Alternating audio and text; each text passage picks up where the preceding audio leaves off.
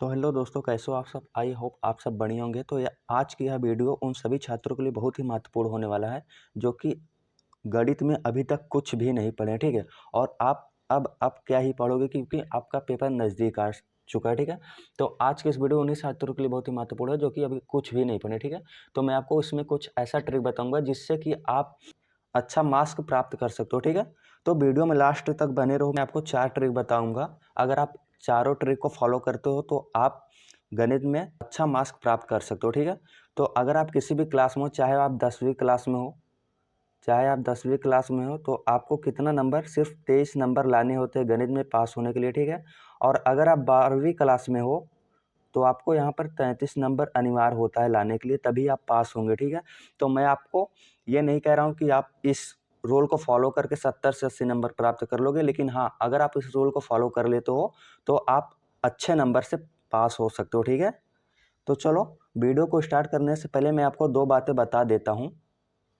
पहली बात यह कि आपको पेपर खाली छोड़कर बिल्कुल भी नहीं आना है, क्योंकि कई बच्चे ऐसे होते हैं कि पेपर को अगर कुछ नहीं आ रहा है तो पेपर को खाली छोड़कर चले आते हैं। तो आपको ऐसी गलती बिल्कुल भी नहीं करना है, ठीक है। अगर आप ऐसी गलती करते हो तो आपको एग्जामिनर कहाँ से नंबर देगा, ठीक है। तो अगर आप पेपर में कुछ ना कुछ लिख कर आएंगे तो ही तो आपको एग्जामिनर नंबर देगा। तो आपको ये गलती बिल्कुल भी नहीं करना है और आपको पेपर खाली छोड़कर नहीं आना है। और क्या करना है मैं आपको आगे इस वीडियो में अच्छे से बताऊंगा, ठीक है।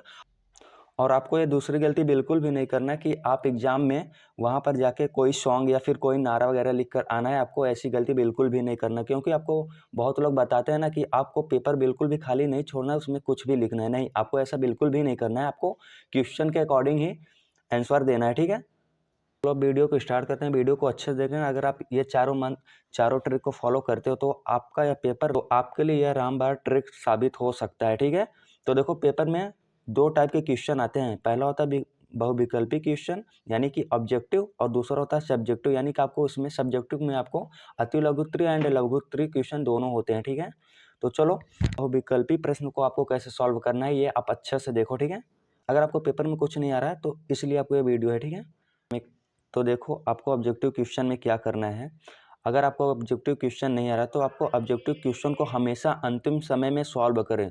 मैं ऐसा इसलिए बोल रहा हूँ, ये बात आपको बताने के लिए उचित नहीं, लेकिन मैं आपको बता रहा हूँ कि अगर आप शुरुआत के 1 से 2 घंटे में, आपको वहाँ पर जो शासन होता है ना, बहुत कड़ी शासन होता है, इसलिए आपको वहाँ पर ना टीचर आपको बिल्कुल भी कुछ बताते हैं, ना ही बच्चे, क्योंकि वहाँ पर सब अपना काम कर रहे होते हैं, ना कि आपको कोई बताएगा, ठीक है। तो आपको कि ऑब्जेक्टिव क्वेश्चन को सॉल्व लास्ट में करना है, ठीक है। और देखो, आपका ऑब्जेक्टिव क्वेश्चन ओमार शीट में आएगा ऐसे करके, गोला करके ABC, ठीक है। तो आपको ऐसा ऑब्जेक्टिव क्वेश्चन दिया रहेगा। और दूसरा क्या रूल है, सभी बहुविकल्पी प्रश्न का B या C गोला भरें। मैं इसे इसलिए बोल रहा हूँ क्योंकि B या C अधिकांश क्वेश्चन सही होते हैं, ठीक है।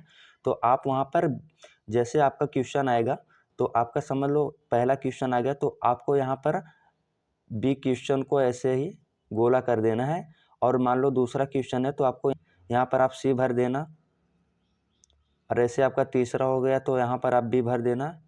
ऐसे करके आपको करना है, ठीक है, क्योंकि अधिकांश क्वेश्चन आपका सही होता है बी और सी, ठीक है। इतना आपको रूल फॉलो करना है। और नेक्स्ट क्या करना है आपको, अब देखो सब्जेक्टिव क्वेश्चन आपको कैसे करना है जो कि आप अच्छा मार्क्स यहाँ से गेन कर सकते हो, ठीक है।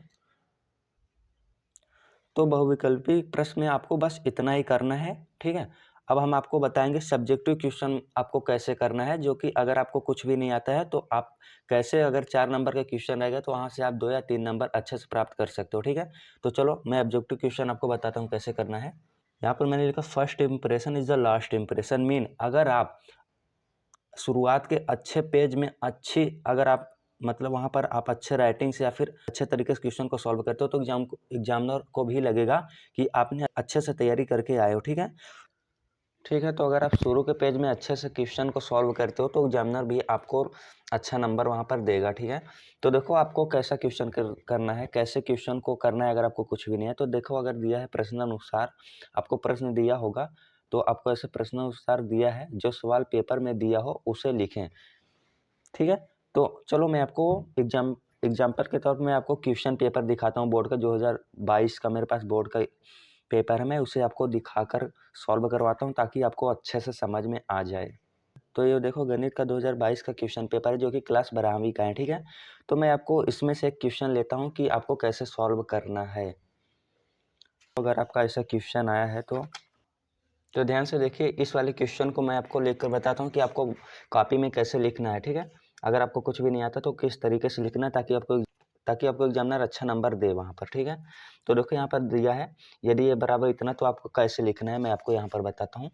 देखो आपको अपने कॉपी में लिखना है ऐसे, प्रश्नोत्तर संख्या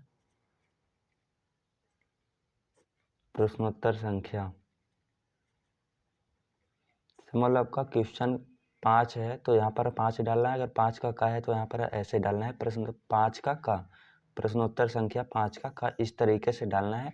उसके बाद जो क्वेश्चन है ऐसे हमें यहाँ पर लिखना है, समझ लो हमें इस तरीके से लिखना है, प्रश्नानुसार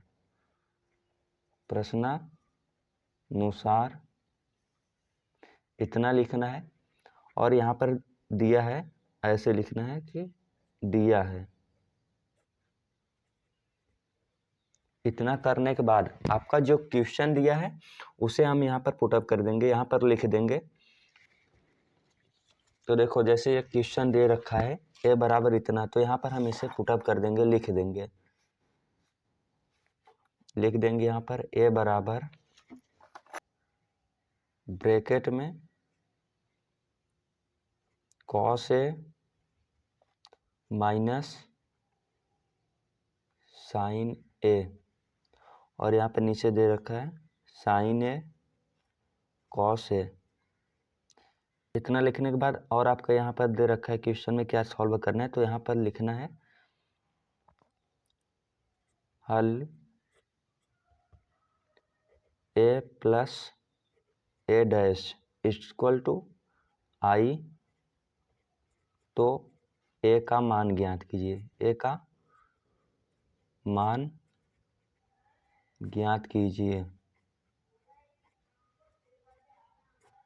बस अगर आप इतना ही सॉल्व कर देते हो तो आपको एग्जाम में अगर 5 नंबर है तो आपको यहाँ पर 2 या 3 नंबर दे ही देगा, ठीक है। आपको इतना करना है, आपको आगे सॉल्व नहीं करना है अगर आपको नहीं आ रहा है तो, क्योंकि अगर आप आगे सॉल्व करते हो तो अगर आपका क्वेश्चन गलत होता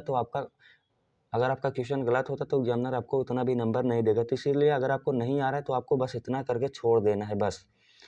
तीसरा ट्रिक आपका ये हो गया। अब आपको चौथा ट्रिक किस तरीके से करना है वो वाला मैं आपको समझाता हूँ, चलो देखो उसे कैसे करते हैं।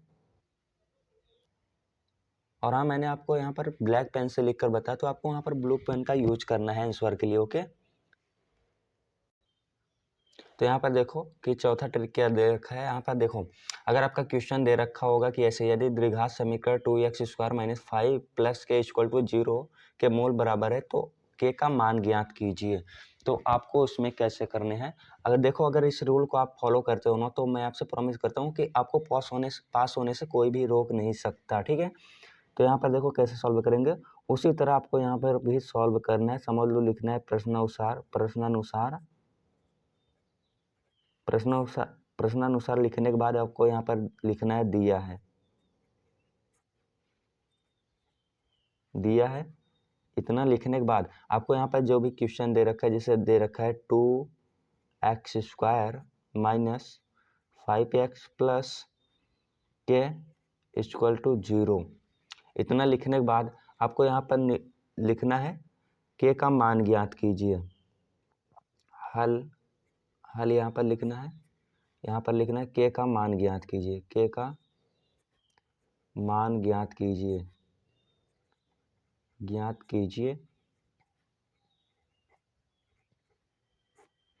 बस अगर आपको बस इतना ही अगर आप कॉपी में उतार देते हो, क्वेश्चन दे रखा है तो अगर आप इसी टाइप उतार देते हो, अगर आपका क्वेश्चन 3 नंबर का है तो आपको यहाँ पर 2 या फिर 1 नंबर आपको मिल ही जाएंगे, ठीक है। तो आपको टोटल 70 नंबर का 10वीं में आता है। अगर आप 70 में से पूरे क्वेश्चन को सॉल्व करते हो तो आपको 23 प्लस नंबर बहुत ही आराम से मिल सकते हैं। आपको पेपर को बिल्कुल भी छोड़कर नहीं आना है। मैंने आपको जितना भी ट्रिक बताया उसे अच्छे से फॉलो करना है और उसी टाइप से क्वेश्चन को सॉल्व करके आना है, ठीक है।